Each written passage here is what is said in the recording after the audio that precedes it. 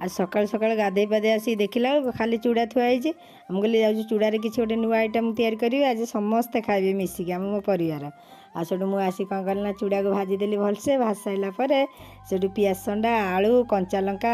भेसुआ पत्र से सब पकईदेकी से फास्ट आगे तेल पकईदेली फुटण पकईदेली फुटण पकई सारापर पियाज संडा आलू काटिदेली आपर पियाज पकईदेकी कंचा लंका भेसुआ पत्र पकईदे पियाज संडा आलू पकईदेली तादे सोया सक्स चिली सक्स पकई सारापर हेडू